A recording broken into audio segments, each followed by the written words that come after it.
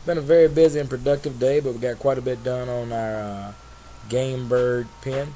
Got our chucker pen all stabilized and locked up pretty tight. Got our roosting bars in, got it put in place. Got the doors worked on, latches and so forth done, and most importantly, we got birds in there. You can live off stored food for a long time, but ultimately you want to thrive. You don't want to survive, you want to thrive. You want to be a thriver, not a survivor. And so in that you got to incorporate a broad spectrum of renewable, replenishable, and maintainable food sources. Goats, chickens, turkeys, geese,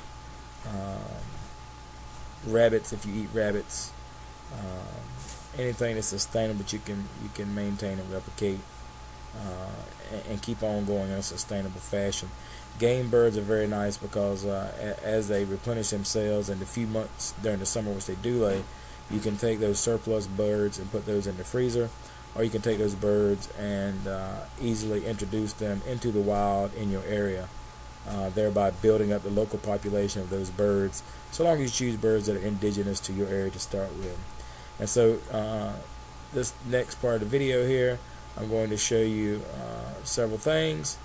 I'm going to start off by showing you some pictures of the small pen I'm using for the limited number of chuckers I plan on housing on an ongoing basis, which right now I only have 2 adults currently alive, not in edible form, two live adults.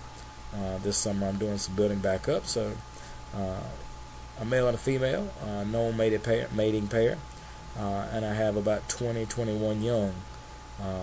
These birds will in the fall be adult, but of course will not lay until next spring.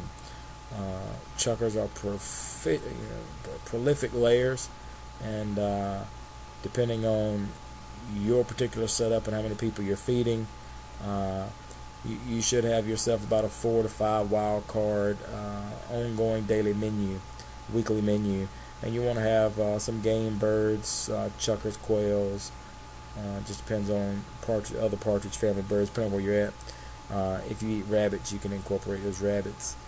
A rabbit on another day. If not, you want to have chicken, and keep in mind that various sizes and breeds of chickens have different qualities when cooked, and so you want to make sure you have some diversity there for not only the menu of your food, but also for durability and parasite resistance and a whole plethora of other reasons that are beyond the scope of this video.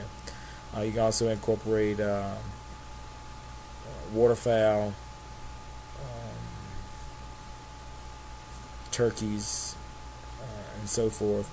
And at any rate, the point here is, if somehow you could sustain 25,000 chickens through a lean time or time of emergency, you would get tired of chicken, just like if you could somehow sustain, not that you could, but if you could sustain an entire herd of cattle and eat only New York strip for every meal. New York strip's going to become old, and you will wish that you had diversified your selection.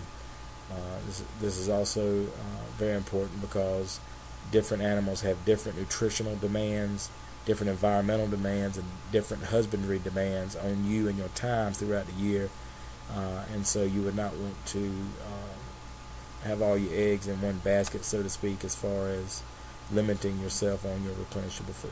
So the first few seconds here is going to be some adult chuckers at play, Chukar, and then there's going to be some pictures of the pen.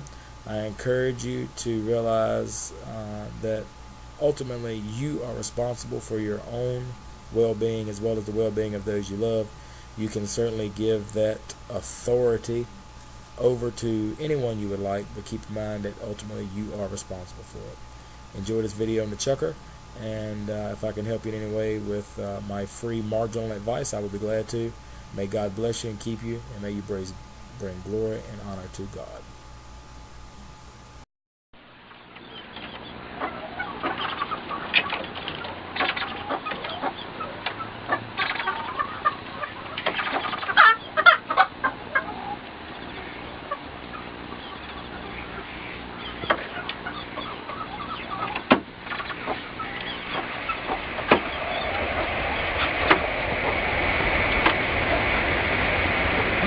it.